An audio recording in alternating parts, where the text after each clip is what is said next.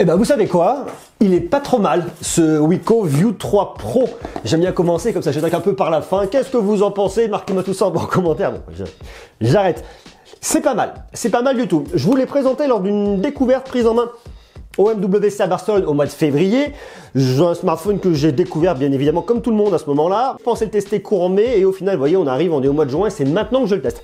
Et bien, franchement, c'est une proposition qui est intéressante, qui va dans le bon sens. Wiko tend toujours à progresser, Wiko tend toujours à améliorer ses produits, puis surtout à s'adapter à la concurrence qui est de plus en plus rude, de plus en plus dure. Et ils ont raison de le faire parce que c'est vrai que depuis 2018, dans le milieu de gamme, l'entrée de gamme, il y a une guerre acharnée entre tous les concurrents. Ça fait un peu plus d'un an que Xiaomi est arrivé. Il y a aussi Oppo, il y en a plein d'autres. C'est vraiment une grosse guerre. Il y a Samsung, enfin c'est très compliqué. Et pour un fabricant comme Wiko. Et ils nous ont proposé cette année deux nouveaux modèles View 3. View 3 Pro, ici on parle du modèle Pro, le modèle le plus haut de gamme dans l'entrée de gamme. C'est comme ça que ça se passe du côté de chez Wiko. Alors, avant de vous parler de ce produit, je voulais faire une petite pause. Temps mort, un petit break.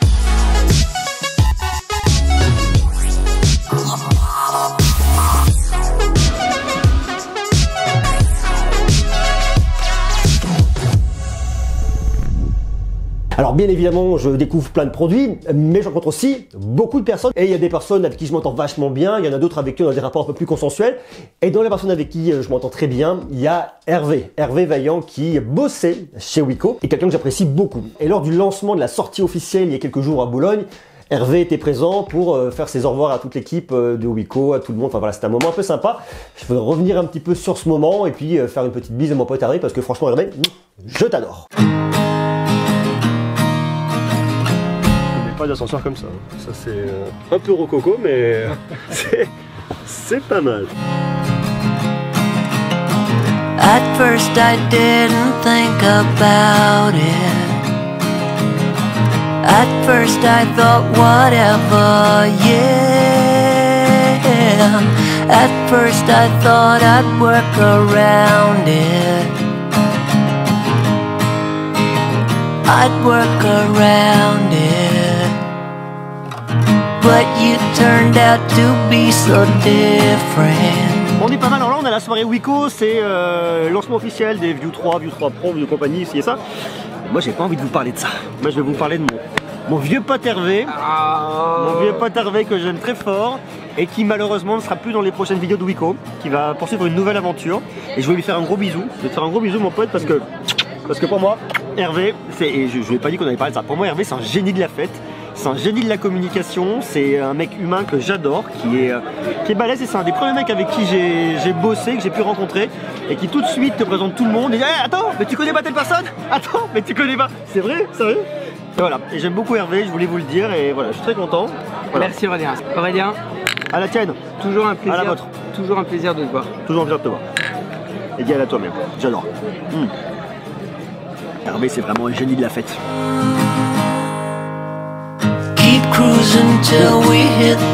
Ouais. Bref, alors, on va parler de ce smartphone, le View 3 Pro de Wiko. Qu'est-ce qui est intéressant avec le View 3 Pro? Le premier truc qui est intéressant, c'est la montée en gamme de Wiko au niveau du design. Ils nous ont mis un dos en verre. C'est la première fois que Wiko nous intègre un dos en verre sur leur smartphone et c'est vrai que c'est quand même plutôt sympa, du plus bel effet, c'est joli, c'est d'un côté un peu plus classieux. Alors qui dit dos en verre dit protection, sans quoi votre smartphone vous allez l'abîmer. Vous avez une petite coque de protection à l'intérieur, donc ça c'est cool pour venir un peu le protéger. Deuxième point qui est vraiment très intéressant, c'est l'arrivée du triple module photo sur un smartphone de Wiko. Ça je vais vous en parler dans quelques instants. Après le smartphone est somme toute assez classique, le capteur ici, bouton de volume, bouton pour l'allumer. Vous avez aussi un autre point qui est assez intéressant, c'est l'arrivée de la recharge en USB-C. Wiko proposait jusqu'à présent uniquement du micro USB, ils sont mis un petit peu, je dirais, à jour par rapport aux différents concurrents avec de l'USB-C. Ça, c'est plutôt pas mal. Vous avez de ce côté-là votre tiroir de carte SIM avec soit deux cartes SIM, soit une carte SIM, une carte micro SD pour venir augmenter le stockage dans votre smartphone jusqu'à 256 Go. Sur le dessus, vous avez une prise jack qui est conservée, ça c'est aussi plutôt intéressant, et un micro pour la réduction de bruit. Si vous vous demandez pourquoi est-ce que Wiko nous conserve une prise jack directement dans ce smartphone, tout simplement parce que quand on va acheter un smartphone entre 250 et 300 €, en règle générale, on va pas investir dans un casque Bluetooth haute qualité qui vous coûtera forcément plus cher à l'achat qu'un casque avec une prise jack. L'idée d'un constructeur comme Wiko sur l'entrée de gamme, c'est effectivement, en conservant cette prise jack, de pouvoir toucher plein de personnes qui vont acheter des casques moins cher, avec la prise jack, et du coup ça a un vrai sens par rapport au portefeuille du consommateur. Autre point qui est intéressant sur ce smartphone, c'est son grand écran. On a un écran de 6,3 pouces, un écran LCD, vous vous en douterez, avec un ratio 19/9 et une résolution Full HD+, 2340 pixels par 1080 à 409 pixels par pouce. Cet écran est plutôt de bonne qualité pour venir regarder du contenu multimédia, vidéo, surfer sur internet, regarder vos applications, faire ce que vous voulez. Ça va pas être l'écran le plus lumineux qu'on va retrouver, c'est pas celui qui va vous proposer les couleurs les plus justes, les contrastes les plus dingues, les noirs les plus infinis, c'est du LCD, c'est pas un truc complètement dingue, mais je trouve qu'il y a un vrai rendu honnête sur ce smartphone. Wiko se moque pas de ses consommateurs, il vous propose un écran qui est quand même relativement honnête, avec des couleurs assez punchy, et je trouve ça malgré tout assez bien. Alors on n'est pas sur l'écran le plus immersif, on a quand même cette encoche goutte d'eau qui est plus une encoche en U qui est quand même assez grande, on a quand même un menton qui est aussi assez proéminent, mais c'est vrai que sur un smartphone qu'on va venir chercher dans ce budget-là, c'est pas pour moi hyper dérangeant. L'évolution de Wiko et ce qu'ils cherchent à faire avec ces smartphones-là, ça me paraît vraiment honnête par rapport aux standards 2019. Et il y a un point que je trouve aussi relativement intéressant, c'est malgré tout l'audio. Vous avez juste un haut-parleur mono qui se situe là. Je trouve que vous avez quand même un son qui est pas trop mal. Il est assez médium grave, pas forcément précis dans l'aigu, mais le spectre est quand même pas trop mal. On n'a pas une très grosse puissance, mais c'est vrai que pour regarder des séries, écouter de la musique ou des vidéos sur YouTube, comme ça, c'est pas dérangeant. Et je dirais même mieux, comme vous avez une prise jack qui est conservée, vous avez aussi un son hop avec votre casque qui est quand même malgré tout assez intéressant. Alors une fois de plus, vous n'avez pas énormément de puissance, on va pas avoir la meilleure qualité audio directement comme ça avec son casque, mais c'est vrai que par rapport à ce qu'on peut retrouver ailleurs sur le marché, ça me paraît pas déconnant. Vous avez un Helio P60 qui est quand même assez fonctionnel. Vous avez soit 4 Go de RAM, soit 6 Go de RAM. Je vais me faire éclater à PUBG sur cette partie-là. Je suis vraiment nul. Et vous voyez, je vous dis, il n'y a pas particulièrement de lag. Là, je me suis mis en qualité graphique moyenne. Je trouve que ça fonctionne quand même relativement bien. On n'est pas du tout sur un smartphone sans concession. C'est pas forcément le socle le plus rapide. Mais je trouve que pour un usage un peu standard, pour jouer à des jeux, même à PUBG, je vous dis en qualité graphique moyenne, ça fonctionne. Pour aller sur les réseaux sociaux, pour faire des emails, pour aller faire des photos, en termes de qualité, c'est largement suffisant. Vous allez voir, il y a une certaine limite quand même qui va se faire, notamment au niveau du mode portrait, lorsque vous allez venir faire des photos, je vous le montre dans quelques instants, mais c'est vrai que sinon, pour un usage courant, une fois de plus, on est sur un smartphone d'entrée de gamme. Après, en termes de stockage, vous avez deux possibilités, soit 64 Go de stockage, soit 128 que vous pouvez monter tous les deux grâce à une carte micro SD, jusqu'à 256 Go. Il y a un autre point sur lequel Wiko a vraiment progressé, c'est au niveau de l'autonomie. Vous avez une grosse batterie de 4000 mAh. Vous allez pouvoir garder votre smartphone entre 1 jour et demi à 2 jours. Ça dépend vraiment de votre utilisation. Vous avez en plus de la recharge en USB type C. C'est pas la recharge la plus rapide du monde, mais si vous avez un petit peu de temps devant vous, ça fera parfaitement l'affaire. Du point de vue de l'OS, on tourne sur un Android 9 Pie. C'est quasiment un Android stock. Je dis quasiment parce que vous avez quand même un Wiko Launcher.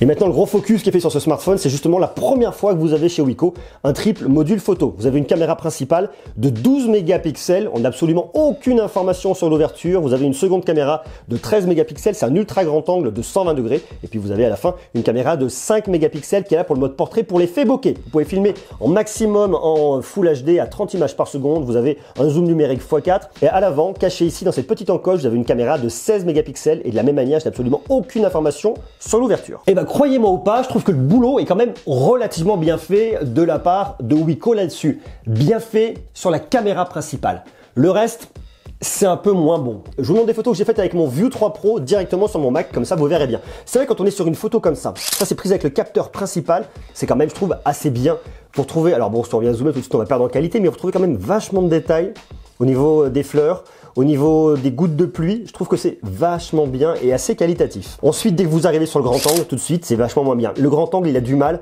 à venir faire un point sur une zone principale et là, on perd quand même en qualité. Pareil, capteur principal, regardez, on voit bien les gouttes, on a bien le détail, on voit bien le veinage au niveau des feuilles. Pour moi, c'est bien, on a un point qui est vraiment fait sur le devant. Et là même, avec le grand angle, et bien tout de suite, vous voyez, le centre est complètement flou. Derrière, c'est plus net. On a un effet un peu plus arrondi.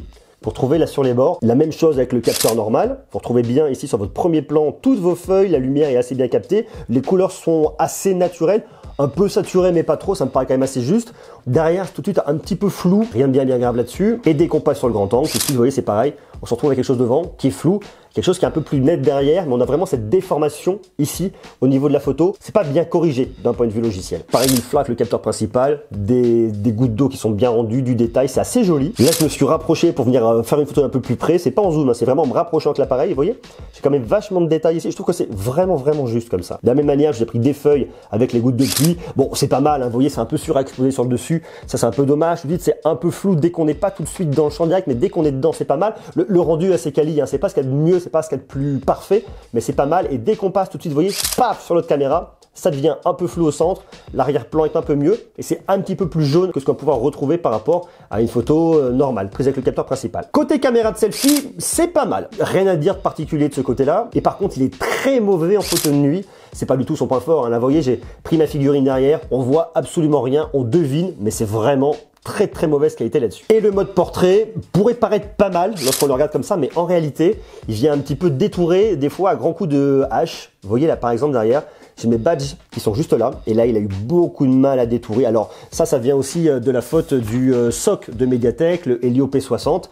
Il va pas forcément bien faire le boulot là-dessus. Il a un peu de mal. Au niveau des cheveux, on a un peu de flou sur le côté. C'est pas ce qu'il y a de mieux. Et au niveau des doigts, bon, bah là, c'est pas anormal sur un SOC de cette gamme-là. Il a un petit peu de mal. Mais là où ça se voit vraiment, là où c'est vraiment très flagrant, c'est au niveau des badges. Là, oui, tout de suite, ça se voit. Et même comme ça, tout de suite, c'est pas du tout quali. Lorsque j'ai pas les badges derrière, ça se voit un petit peu moins. Mais pareil, je pense que, vous voyez, au niveau du détourage, il a beaucoup de mal. Avec le View 3 Pro, Wiko continue d'améliorer sa gamme, d'aller plus loin, d'améliorer pas mal de points et de progresser et se mettre plus à jour face à la concurrence. Donc ça, c'est pour moi le gros focus et le gros point positif sur ce smartphone. À côté de ça, vous avez du NFC pour le paiement dématérialisé, du Bluetooth 4.2 et un produit qui me semble somme toute assez honnête, qu'on peut trouver à deux tarifs différents. 4 Go de RAM et 64 Go de stockage à 249 € et 6 Go de RAM, 128 Go de stockage à 299 €. Vu le positionnement tarifaire, je trouve assez intéressant au niveau de ce qu'il peut proposer.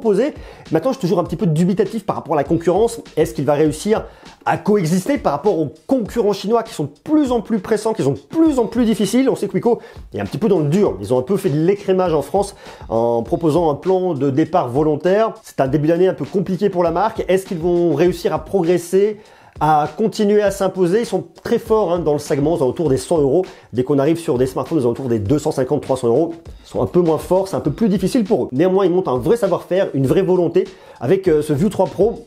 Et en tout cas, ce qui est sûr, c'est que par rapport au Wiko qu'on pouvait trouver il y a quelques années, on est quand même vraiment passé à une nouvelle époque, à une nouvelle ère de Wiko. Donc ça, je trouve assez intéressant. Dites-moi ce que vous en pensez, vous, en bas en commentaire. Est-ce que vous avez déjà eu des smartphones de Wiko? Je sais, quand je poste une vidéo sur Wiko, il y a souvent, venez par là, beaucoup de commentaires assez négatifs qui disent ouais, Wiko, c'est ci, c'est ça. L'ancien Wiko peut-être, les nouveaux produits de Wiko, c'est quand même relativement différent. Je m'adresse plutôt aux personnes qui ont eu des modèles de l'année dernière. View 2, View 2 Pro, View 2 Plus. Qu'est-ce que vous en pensez? Est-ce que vous êtes satisfait? Quel est votre tour? Est-ce que vous avez eu des convenus? Et qu'est-ce que vous pensez, là je parle à tout le monde, à ce View 3 Pro? Est-ce que vous pourriez l'acheter? Oui, non, quoi, comment? Vous allez me dire tout ça en bas. Et puis surtout, des smartphones où il y a écrit ça là, Design in France. C'est plutôt rare. Ça, c'est un point vraiment très positif. Je vous invite à me dire tout ce que vous en pensez en bas et si ça vous intéresse, vous avez aussi un lien en bas dans la description. Sur ce, je vous embrasse et à demain. Ciao.